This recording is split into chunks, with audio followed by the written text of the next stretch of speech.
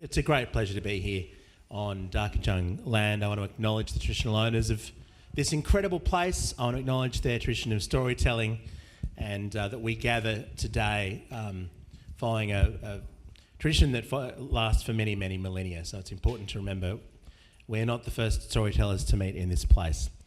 Acknowledging elders past and present. Now, I want to acknowledge these two extraordinary writers. It was an instant yes when they asked me to interview Lech Blaine and Gideon Haigh, who I've had the pleasure of talking to before, and are two of the finest writers in Australia, no question about it. Gideon Haigh, very simple introduction on the bio. He's been a journo for more than 40 years. He's written for more than 100 newspapers and magazines and more than 50 books. His interests are incredibly wide-ranging. He's, of course, one of the world's leading authorities on cricket, but he's written about such an eclectic range of other things as well, including a book on the history of The Office, which is a great thing to look into. So if you've ever been slowly dying in open plan, I commend Gideon's work to you. But also Lech Blaine, of course, from regional Queensland. He's written 2 quarterly essays, A Bad Cop, I think what will now be forever the definitive work on Peter Dutton. I'm not sure if anyone will write another origin story of Peter Dutton, but if you want to know where Peter Dutton came from, it's all in the essay. It's a great read, as well as Top Blokes. And his longer works include Car Crash and, of course, Australian Gospel, which we're discussing today. And in Gideon's case, we're talking about his book, My Brother Jaz. What I want to do is begin by asking each writer about this particular book. And both of them have delved back into their own family history to very painful and traumatic times. And from hardship, they've both crafted incredible works of storytelling, of introspection, particularly in Gideon's case, and just, I guess, looking at those hardest days in life that some of us want to forget. They've turned into ripping narratives, and you're all obliged, frankly, to buy both books. I hope you realised that when you walked in here today. But let's begin with Australian Gospel. An incredible yarn, Lech, about your birth parents and their massive hearts, and then the bizarre origins of some of your siblings. Let's start with Michael Shelley, the man who never gave up. Yeah, so Michael Shelley was a incredibly charismatic businessman with some fairly nefarious hobbies. In the 1970s, he eventually had a nervous breakdown, met his future wife, Mary, who was the biological mother of my foster siblings, in a psychiatric hospital. And long story short, they became convinced that they were prophets of God, or that Michael was a prophet of God, that his wife, Mary, was a prophetess of God, and that they decided to hitchhike to far north Queensland, started popping out children. 3 of them were eventually placed into foster care with my parents, Tom and Lenore Blaine, who were basically the most inappropriate people to put the children of Christian fanatics with. So my dad was a publican in country Queensland. Mum was from pretty humble background as well. And so, the Department of Child Safety in Queensland, who Michael Shelley had given a really hard time, I think might have gone, Tom Blaine, he's absolutely perfect for the children of this guy. So then I popped up later on because my parents couldn't have kids until me, and then all these years later, Mary Shelley rocked up on our front door when I was 10. Yes, and things take a turn after her arrival, and it is the love story of Michael and Mary, the bizarre mutual delusion. If you ever find yourself in an institution, look, in all sincerity, think carefully about your romantic choices, I think, is the message of Australian Gospel. But in all sincerity, there's as dreadful as they are, and as hard as much chaos and pain they cause everywhere. They're kind of like these wandering, disastrous minstrels who just rock up and make life tell for anyone they meet. I mean, the people they come across during the course of the narrative, there's multiple premiers who they personally harass. They're just sort of like a harbinger of bad luck when they turn up. But it's just all driven by this obsessive desire to see their children, and that's not what's best for the children. But I got the sense throughout the narrative that you felt sorry for them to some degree, because it's a doomed quest in a way. Yeah, so it was I think with any work of writing, especially when you're dealing with competing versions of reality, it's tough to straddle that line. And so I think when I first started trying to write this when I was younger, I was still very much in a phase of anger and fear, and that kind of permeated the writing. It felt like a hatchet job. I had every right to do a hatchet job on the Shelleys. They did some awful stuff, but then the more that I learned about their backgrounds, especially Mary's background, and she'd gone through some really traumatic stuff. She'd gone into the mental health care system at the time when there was not adequate treatments and there was not much understanding, especially for women. And so that doesn't exonerate everything that she did and the carnage that she caused, but she was also met this man who I think deeply manipulated her, and that tragically meant that she wasn't able to maintain a relationship with her biological children, which is something that my parents definitely would have facilitated. But Michael Shelley just kept on getting his mitts back on Mary and derailing those moments of sanity that she would have. I mean, and you don't really need to pass judgment on them because there's so much of their own writing in the book that it speaks for itself. The Andrew Denton principle of enough rope, it certainly extends to the really shocking inclusions in the story. Let's talk about your parents, because I must say, if I was going to cast a pair of kind of legends from North Queensland, I mean, literally related to Alfie Langer, is how Queensland your parents are. They're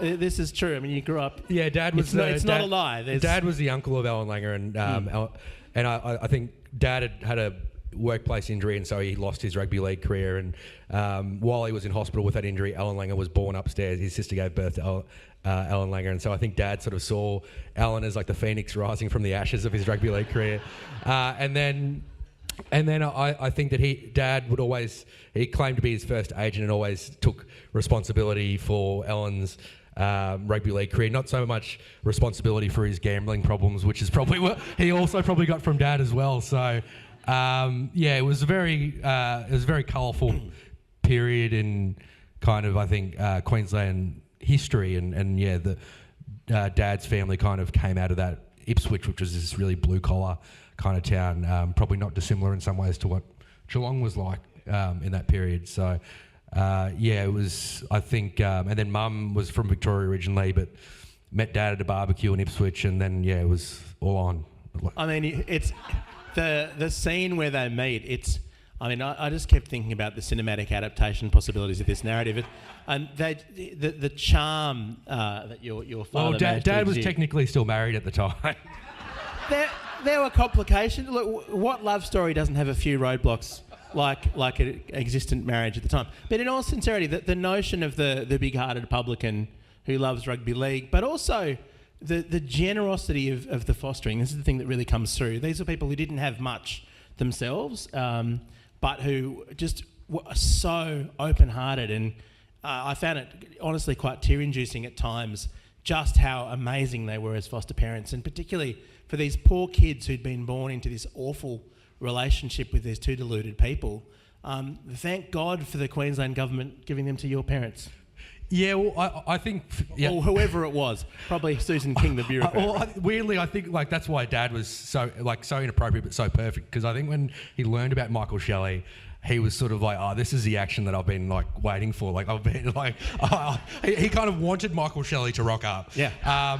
Whereas for Mum, it was very much like this is like an intellectual but also deeply emotional pursuit. Like she'd grown up in a family where there wasn't much love, and so when she couldn't have children, her mind quickly turned to the foster care system, and she was able to really provide just this unconditional love to children who desperately needed it.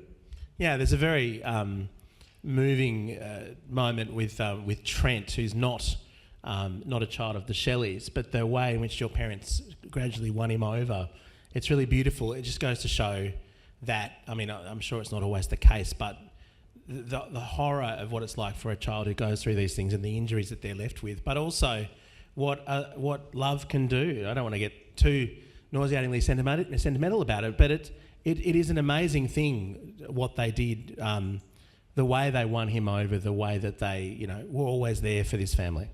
Yeah, and I think more amazing because they were so imperfect. And I think that's one of the things that made them really good foster carers is that they didn't kind of flinch from imperfections. They had their own imperfections, and so that meant that they were able to roll with the punches a little bit more and really tolerate enormous amounts of chaos, which is what, like any big family. But yeah, when you've got all these different personalities, some with quite challenging issues, it was just that ability to kind of just soak it all in and not kind of lose your shit, which is a tremendous tremendous victory on their behalf. Yeah, absolutely, and it caused health problems at various points, but the love was so consistent.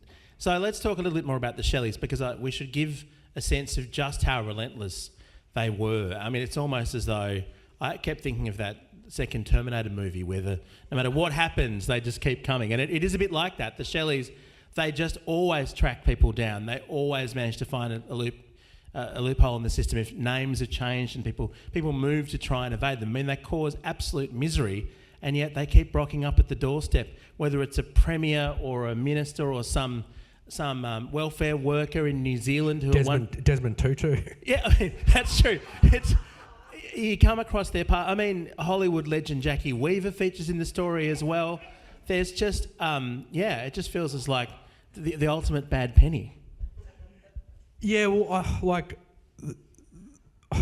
it's mind-boggling still to me, and some of those people that popped up, and I think that that's one of the other really tragic things about Michael Shelley is that from all reports of the people that knew him before he had this nervous breakdown is how remarkable and brilliant and intelligent, and also seemingly empathetic. Like he wasn't. This is that other journey that you go on where you sort of start to realise, this isn't some guy who was just born into being evil.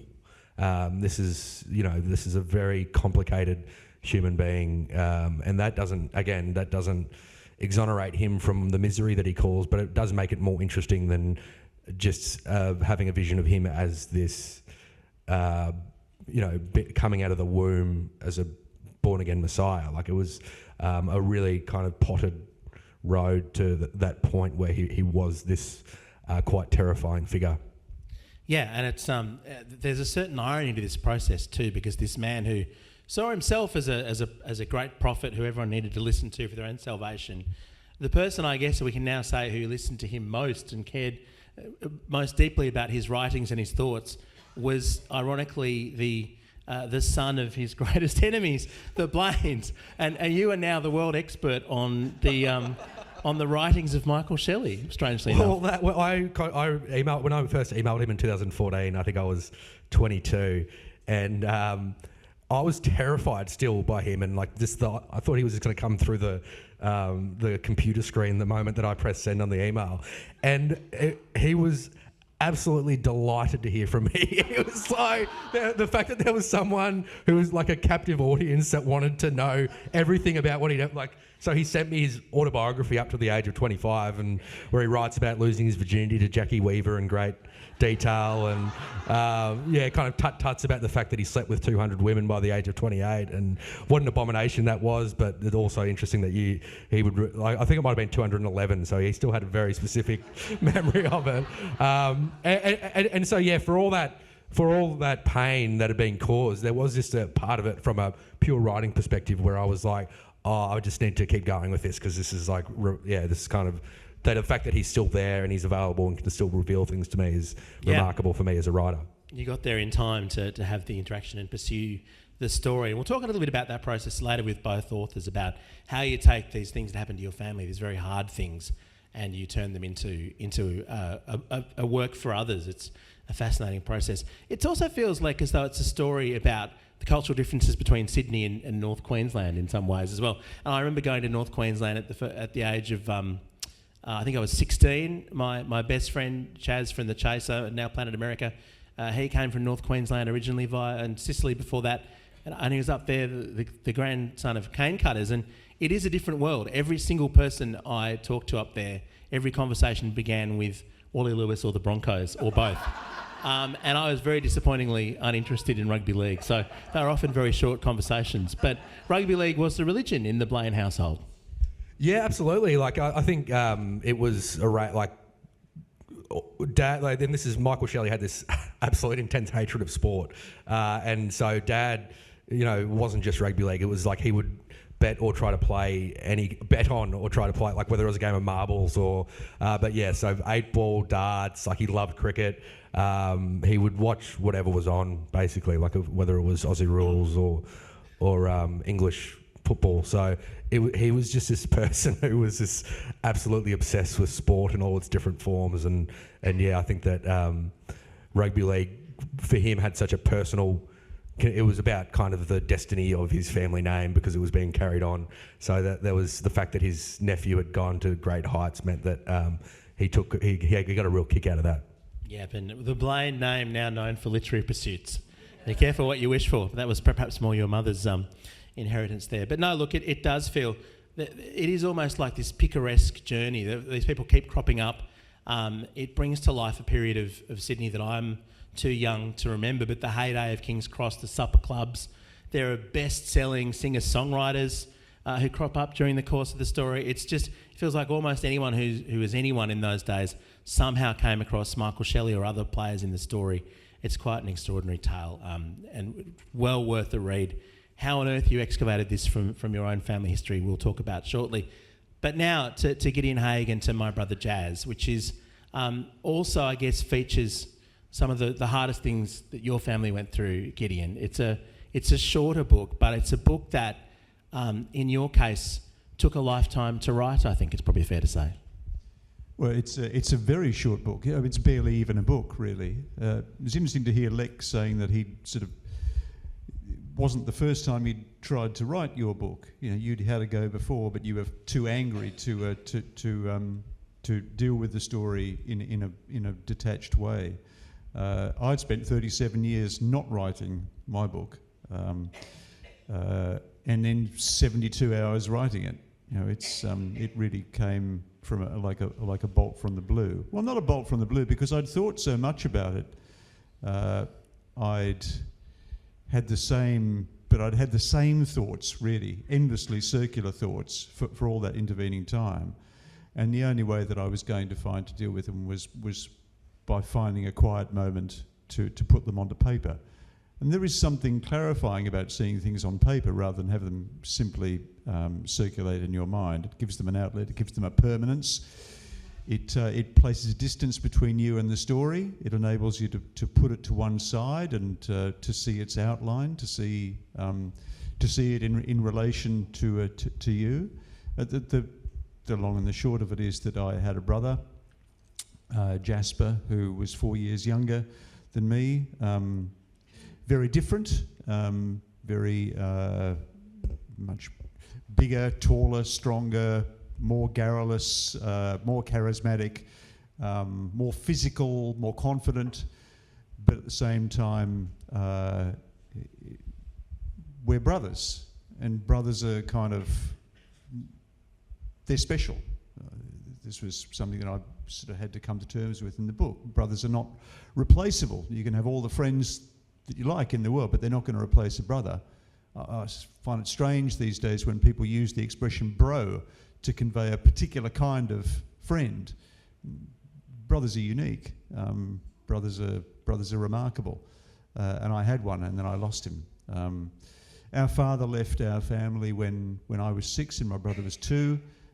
We barely ever saw him again. I haven't seen him really for 25 years now. I've only seen him like 3 or 4 times in my life since he left.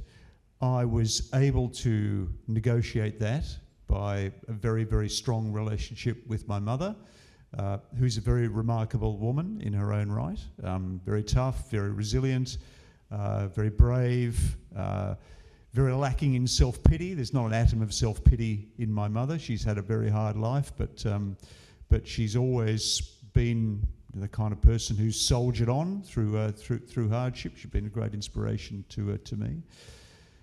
Like a lot of older sons in divorced families, I kind of auditioned for the role of a proxy husband and kind of became that in my family. My brother, being so much younger, was not able to assimilate that absence. I think for a long time kind of idealised this father figure. Then did have the experience of meeting him, finding it rather underwhelming and disillusioning. And for the sort of the period of his later teens, like a lot of kids at that age, began to cut corners, take risks, live a little bit close to the edge. Usually we make it through that period, don't we? And we come out the other side and we have a few funny stories about those silly things that we did. My brother, that wasn't his fate. He was killed in a car accident at the age of 17. A stolen car, my mother's car, which he'd taken out surreptitiously. I was 20 at that age. I was just on the point of publishing my first book. It was meant to be launched in that very week that I suddenly had a telephone call from my mother in Geelong saying that my brother had suffered this car accident. He wasn't expected to live, and a couple of hours later he died. This is 1987. The climate around loss, around trauma, around grief isn't nearly as welcoming or as inclusive or as gentle. It doesn't have a vocabulary really at the time. So it was one of those kind of things that we put behind ourselves. My mother was naturally stoic, and this was just another misfortune to be overcome. And I tried as best I could to follow her example. I think I always had in mind that her loss was so much more grievous than mine. You know, imagine losing a child. When a parent loses a child, it's a kind of a complete usurpation of the natural order of things. You know, a child should bury a parent, not the other way around. We very seldom spoke of it.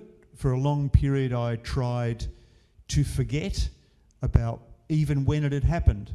I sort of purposefully made it a bit of a blur in my own life, and I found other ways to deal with it. I doubled down on work. I became not a workaholic, because I don't think work is a bad thing. Work is a great thing. But I found lots of other ways to distract myself from the business of dealing with that loss. But it did make life difficult and complicated for me in other ways. I delayed it for a long time. I finally got around to doing something about it, and now I'm out the other side of it. And it does change your relationship to an experience, doesn't it, Lech? I think that the very act of creating something gives it a permanence and allows you to step away from it. It allows you to feel as though you've dealt with it. I'd had some scepticism about that idea over the journey. I thought that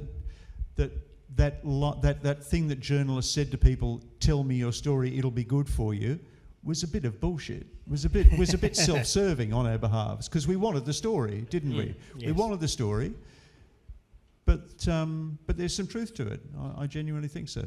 I mean, it is a funny profession, journalism. I've always heard tale of young cadets being asked to do what's known as the death knock, where you turn up inappropriately early after a bereavement to try and get the story, and having to sort of harden yourself and harden your I guess human respect of people grieving. To do that is challenging. But I think also, Gideon, we'll kind of talk about the role of this story in your life a little bit later. But one of the beautiful things about this book is that it is a tribute to Jasper and to who he was and to what he might have been, and the tragedy that he didn't get to be that person. And so in the pages, I felt a sense of knowing a person who, you know, was unknowable for so long. And so you have been the custodian of his story. You've shared that story. I do think that means something. I really do. Yeah, I think so too. I mean, you always worry that you're in the process of forgetting. Every day, my brother recedes a little bit further into the past. I can clutch on to certain items of his that I still have. There's a shirt of his still in my wardrobe. There's a belt of his, a childhood belt that's still in my drawer. I see them every day when I get dressed. I have certain pictures of him. I have certain stories and recollections, but human memory is faulty. One of the interesting things about this experience was trying to put together the the exact sequence of events on that particular day, which I'd done so much to try and forget, to try and to repudiate. But I had to acknowledge at the same time that they were there. They were just waiting for me to access them. Yeah, curious. My mother's been kind enough to say since then, as you said, that it's nice to have something of him. You know, we didn't do anything at the time like, you know, put a brass plaque on a seat or endow a scholarship or anything to make him permanent. But we do now have something, a little book that has the two of us on the cover. And will sit in the National Library for forevermore. And the photos are stunning, and to get to see them is a real privilege too, to get a sense of who he was. Let's talk about the process of writing these deeply personal stories. Gideon, you mentioned the 72-hour fever dream of writing the piece, and we need to clarify, Gideon's very, very clear in the book, autobiography is not for him. It's an act of self-indulgence that generally shouldn't be permitted. But in this case, clearly, yes, you've slightly modified the view. But as with so many things in your life, it came during a cricket test. Yeah, it did, yeah. And you love a game that allows periods for reflection. Yeah. Talk us through that, because one of the joys of the book to me is actually you take us inside the process. You're narrating the story and commentating on your own narration in a way. Yeah. Look, I'd sort of been working towards it probably for a period of about 5 years, and not in a constructive way, but I'd been, in hindsight, I had been preparing the path for it. During COVID, I sort of started taking these walks around my neighbourhood, and one day I walked past the house that I'd been living in 1987 when I got the news, and it was open for inspection. It was being sold. And I thought, well, do I walk past or do I go in? I thought, well, no, I'm going to go in, and I'll see if I remember the house as it was. And it was very little changed, like quite a lot of houses. There was a wall phone where I took the relevant telephone call. That had gone, but the window, the frame of the window around it was exactly the way that I remembered, including, strangely, the configuration of nails that I remembered. They were in a triangle, and because I stared at them so hard when I was taking that phone call, I can remember very, very vividly standing where I was when I got that news. So I went on my way. I also read a book at the time by an English writer called Richard Beard, called the Day that, I think something like The Day That Vanished or The Day That Disappeared, which is about the loss of his brother, who had also been younger, who had died on a family holiday. But his family had worked so aggressively to put the experience behind them, they had continued with the holiday. They just almost pretended that it hadn't happened. And many years later, Richard Beard had revisited the sights and sounds and experiences of that day. So I was thinking about it. And then I've always been obsessed with inquests. This is going to sound a bit macabre, but we've actually been all talking about inquests in the green room before that, and they are fascinating historical documents, socio-historical documents. And over the years, I read my first inquest in 1990. I have used every conceivable opportunity to knit them into books that I've been writing. And I came up with a crazy idea in the middle of 2022 that I was going to just read inquests for several months. And for 4 months, I did nothing but go to the Public Record Office and read inquests over and over again, just to see what I could glean from them. Because I do find them, they're very interesting from a cultural point of view. But sort of about 4 months in, I'd just filled exercise book after exercise book with notes on inquests, and I realised, you know what, I'm actually avoiding the main issue here. There's really one inquest in which I'm interested in, and I don't even know whether it exists, and that's my brother's inquest.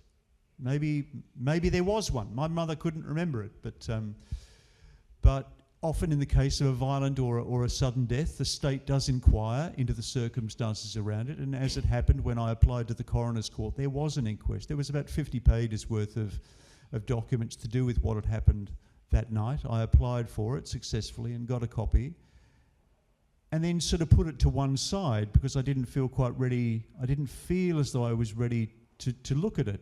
I looked at it cursorily and then just tried to forget about it. And then, as you say, that one night during the Sydney test of 2023 or 2024. Was that the rained out one? That was the rained out one. There you go. Yeah. I remember how frustrating that week was. So. Yeah. No, actually, the 2023 one was the South Africa test. Oh, okay. Yeah. I'm thinking 2022. Yeah. Where I had a calamitous relationship breakup. It's always a bad time for me, the Sydney test. So a year later, almost on the anniversary of that, I went out for an evening with a friend of mine, Claire Wright, who's actually also at this festival, and we were talking about. She's a historian, and we talked about interesting historic documents that we looked at. And I said, well, actually, I've looked at my brother's inquest. And Claire went, really? I went, well, actually, I think I have, but I probably haven't really. So I went back to my digs that night, and I flipped open my laptop, and the documents were still sitting on the desktop, and I clicked on it, and I thought, right, I'm going to read these again, and I'm going to start writing about it. And I'm going to use as a theme, because I always need to intellectualize things. The intellectual theme will be the unreliability of memory. Does my memory stack up against the documentary record of the events of that night? And I sort of worked my way sideways into the story. I intellectually approached an emotional problem or an emotional dilemma. And as my intellectual senses or instincts were engaged, I was able to access the emotions of that night. Now, it's a curious thing, the way that memory works. It turned out that my memory of that night in 1987 was very good. It stacked up really well against the sequence of events. But what had happened was my memory was very, very vivid and electrifyingly alert for about 3 days. And then the ensuing years to me just became a complete mystery. The kind of like the world was very, very sharply in focus for a moment and then went completely out of focus for the next 5 or so years. And I came back into reality or consciousness a changed person, a fundamentally changed person, a person who had only a faint resemblance to the person that I had been in before. And the process of trying to write about that period forced me to come to terms with the person that I'd become as a result of those experiences. So I wrote very fast because it's not a pleasant thing to do. It's an awful thing to do. But my objective became to write enough words that I'd accumulated a critical mass that I couldn't step back from. I'd get to the point and beyond of no return. And then I just pursued it for as long as I physically could until I was just too tired to write anymore. And then I decided, I don't know, what do I do with this? Do I publish it? I have to publish it. I'm a writer. Writers publish. I've always thought as a writer that you don't write, you always write with an end in mind. The end being its introduction to the world, the creation of an existence that's separate to yours. And as it happened, I had a few months earlier created a Substack, which is a self-publishing platform, an online self-publishing platform. I contacted my mum. I said, look, I've written this thing. I don't know, do you want to read it? Because this is your story as well as mine. She said, no, it's not my story, it's your story. And you should do with it as you please. I don't particularly want to look at it, just do what you want. And that's very characteristic of my mum, who's a very selfless person. So I put it online. I put it online literally probably an hour after I'd finished it. There were still typos and literals in it. And it went live before I'd even really thought what the consequences of it was for. Because frankly, if I thought about the consequences of it, I probably wouldn't have done it. So it went out into the world, and it immediately, strangely, I hadn't anticipated this. Well, I mean, I think Lech would say the same. When you write your own story, it does become permission for other people to tell you their stories. And I immediately began to get really quite powerful and even stirring and deeply, deeply moving responses to people about their own stories, more than I was actually prepared for at the time, because I hadn't really thought about this. And actually, I after a couple of weeks, I had so many of these responses, I took my piece down, because I actually need to be in a slightly better place to receive these. And by that stage, my publisher, Fung Ling Kong at MUP, had read the story and said, "How would you feel about turning this into a little book?"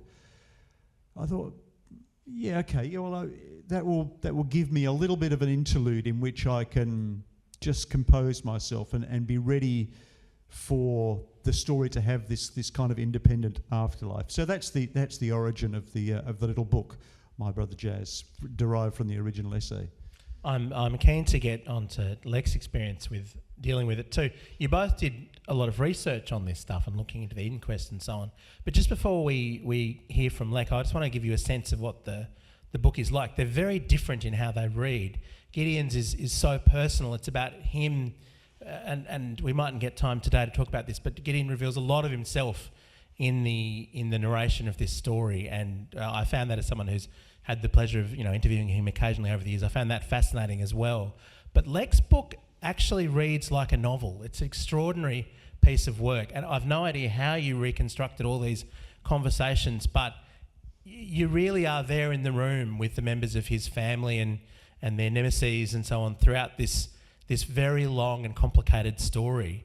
It's an amazing gift for reconstruction, but also I guess for detachment somewhat, Lech, because it feels as though you're a fly on the wall. The narrator's not really standing in between you and the story, and then at one point, kind of halfway through the book, Lech is born and enters the story, and it's his story, but we've been reading it as though he was there from the start. How did you do it? Because it's an extraordinary thing to do. This is exactly my brother John.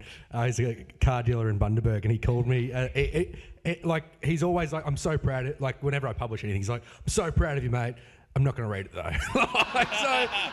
I was like, "John, you actually really need to read this." Like, it's the final challenge as a reader. Win over John.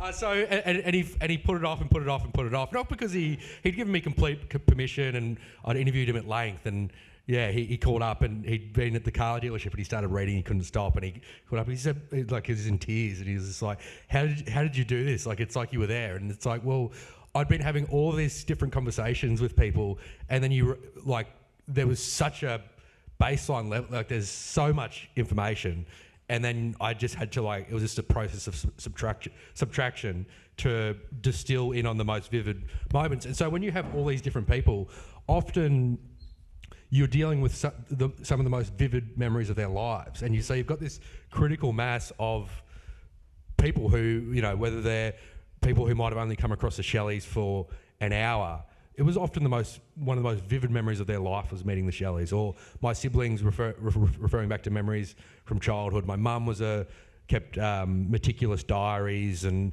both from a foster caring perspective, but from a frustrated creative perspective. So there was this, and then when you combine that with Michael Shelley's writings, which admittedly he is an incredibly unreliable narrator for obvious reasons, you start to wade through. And then I tried to write it originally from kind of from my perspective, and then that was it. Both just from a writing perspective, it was terrible, and it was overwrought, and it was stuck in the mind frame of a terrified 10-year-old boy. And then I tried to write it from a journalism, more quoting people as I interviewed them, and that just didn't. It just felt, because it's such a convoluted story, I needed to really, really boil it down.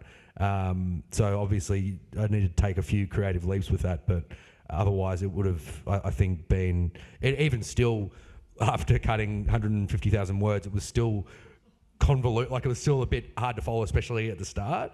So, like, but that was, I needed to get rid of all of that so that I could sort of distill in on the main characters and their perceptions, and to not sort of do much interpretation on my behalf of, like, our analysis of their motives, or just, like, let them do their own thing, and the reader can judge them, whether it's the Shelleys or whether it's my parents. Like, Yeah, I don't think there's many people on Team Shelley, Lech, frankly, but no, it has the magic of Wolf Hall. I mean, even though it's clearly closer in time, it takes me into spaces that you couldn't have possibly been in a way that feels completely lifelike and vivid. We're there in, for the early teenage fumblings of Michael and Jackie Weaver. It feels intrusive at times, frankly, but no, it's an amazing feat of reconstruction. So Jackie Weaver tracked me down, and so I got an Instagram message from her in, like, 2017. And so I'd read Michael's autobiography, and I was like, why does he keep on going on about losing his virginity to this Jackie Weaver chick? Like, it just didn't. You hadn't seen Animal Kingdom. No. Well, I knew Jackie Weaver to look at her, but I wasn't joining the dots of, like, yeah. And so and then when she contacted me, and I Googled her, and I was like, holy shit.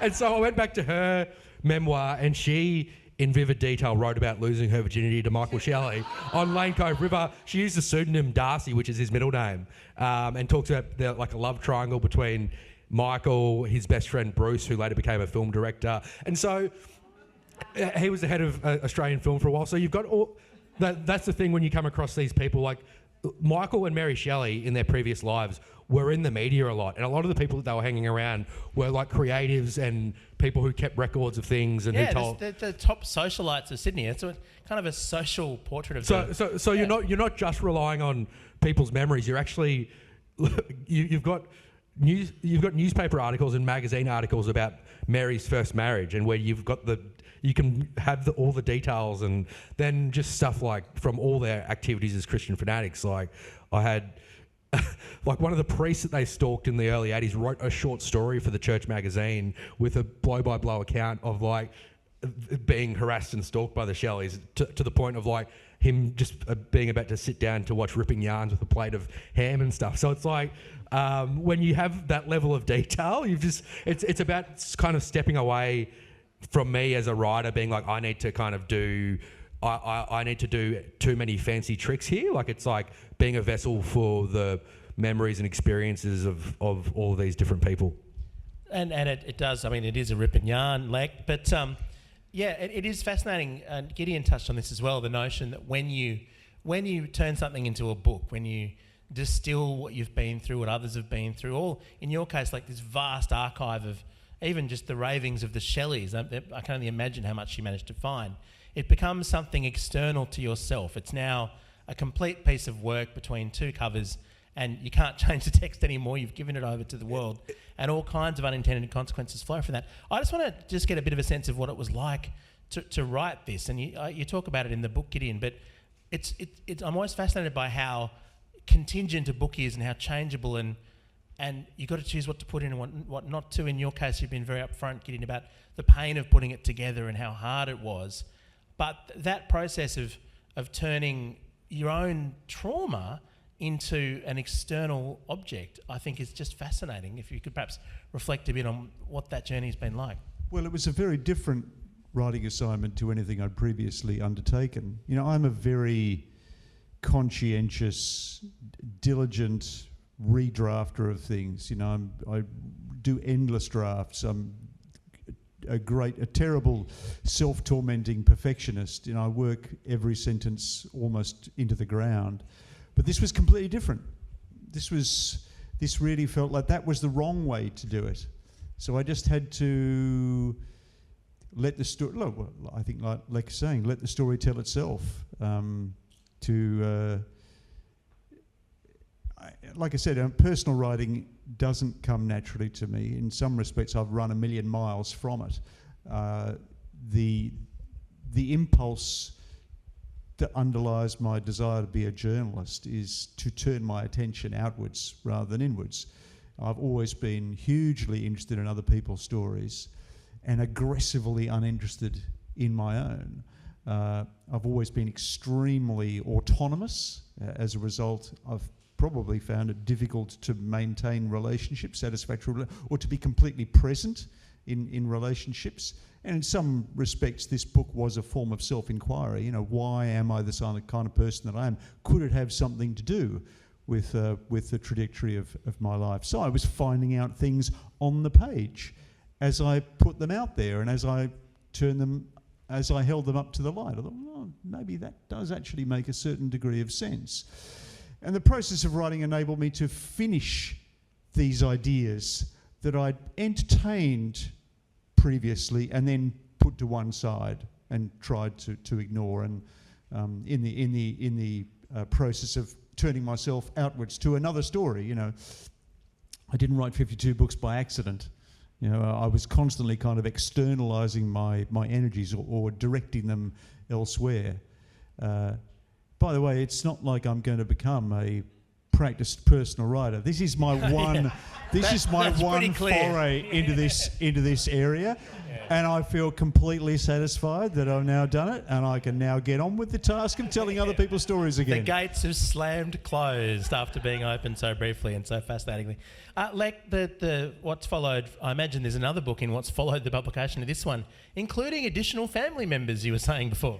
I've had like Michael Shelley's had other children. His siblings came out of the woodwork. Like all these family, distant and close family members are rocking up to the launches for the book. I had the Shelley family historian Frank rock up to my launch in Sydney with like the Shelley family, like his version of the Shelley family story. It's probably good for sales, isn't it? There's so many Shelley children out there.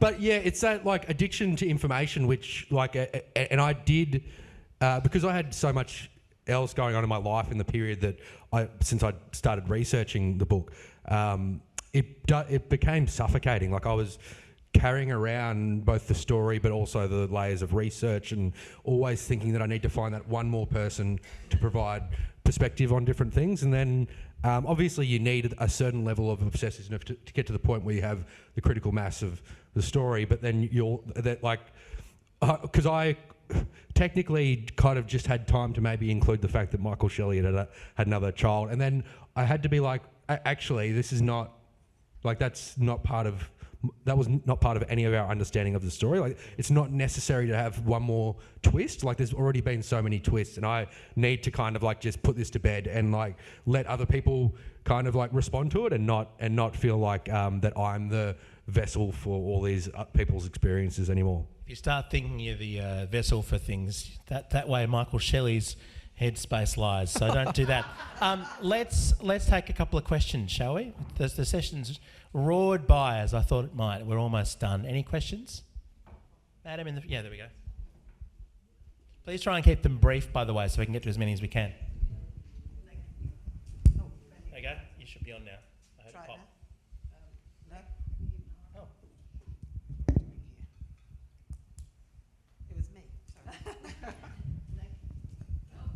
Just if you speak up, I'll repeat the question. No, it should work. You were the one child in the family whose position was secure as the biological child. Sorry. It must have been very nerve-wracking for your foster siblings, the threat of these people being around. How did your parents navigate that? Well, I think that this kind of goes to why I was, in terms of memory and the reliability of memory, I actually had a lot better memory of that whole experience of the Shelleys rocking up than what my siblings did, because they were kind of the ones in the firing line. I was more of a bystander, but also because I was a 10-year-old boy, I was still firmly within the family home. My older brothers were 18 and 17. They don't have very clear memories of that time at all, because they had flashes of the inconvenience and terror of meeting their biological parents, but they weren't sitting around. They were doing everything possible to distract themselves from that. So for them, reading it was like, after I am comparing the stuff that they said to diaries and court reports and police reports, I think that ended up being really healing for them as well, because they had such a patchy memory of what actually happened during that period. Gideon, can I ask you, Just contrasting how you wrote the story of your brother's life over a 3-day, hard work, and and contrasting that in the way you write your other stories, as you described how you, it's so precise and so out of the mind. Is the difference between the way you wrote the brother's story, which to me came out of your heart, and which is more satisfying way for you to write? Can you answer that? Well, I mean, there's a superficial distinction, isn't there? I mean, obviously, when you're approaching someone else's story, you're apprehending sources, you're assimilating information, you're searching far and wide, and you're condensing and you're clarifying and comparing and contrasting. That's a process of accretion. That's kind of iterative. You know, you write something, you realise that there's a gap in your knowledge, you go back and fill it. That's the business of journalism, and I've been a journalist for 42 years, and I'm very accustomed to working that way. Obviously, this was very, very different. But at the same time, you know, my journalism, for all that it's highly intellectualised and highly evolved, it's always been very personal too. Like, I've always felt a very strong connection to my stories and a belief in the stories, a belief that they're the most interesting stories ever told. And I'm right in the middle of them, and what a huge privilege it is to tell this story, and I have to inform the world about it. So in some respects, in the course of my journalism, I sort of have sublimated the emotional experience and channeled it in other ways. I'm tremendously excited when I'm doing a work of journalism. I'm captivated by it. I'm carried away by it. I was carried away by my brother's story in a quite a different way, but in some respects, the galvanic experience of telling it wasn't remote from me. This was an act of journalism in which I was a player for the first time, really, or that I was prepared to acknowledge that I was a player. There was no hiding my role in this story. Is there another question? And look, Gideon, let's not forget the very large part of your heart that belongs to cricket as well. Yeah. Any other questions? Yeah, up the back, the lady in the pink.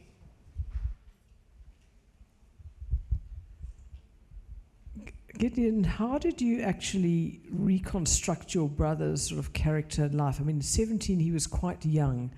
So how did you find out about him? Because, I mean, even brothers don't know everything about their siblings. So how did you find out more about him? No, they don't know. They don't know everything, but they have so much in common, like a continent in common.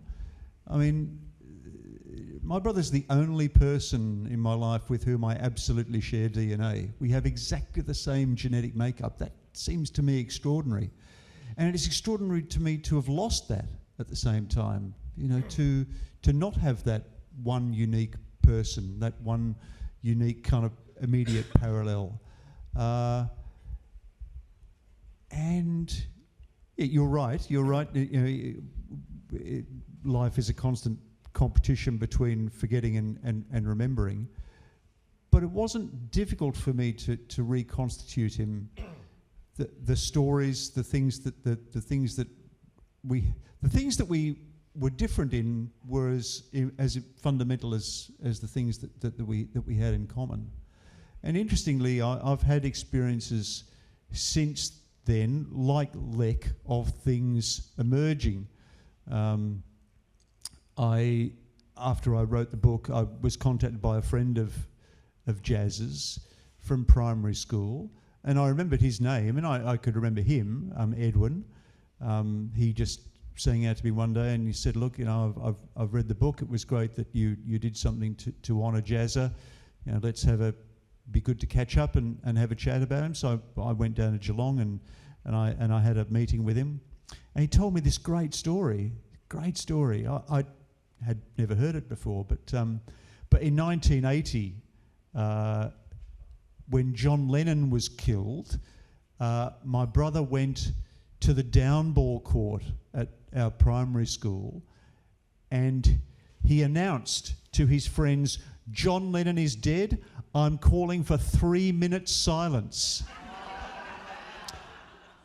And Edwin said, Jazza was so big and intimidating that when he called for 3 minutes silence, it was obviously very, very important.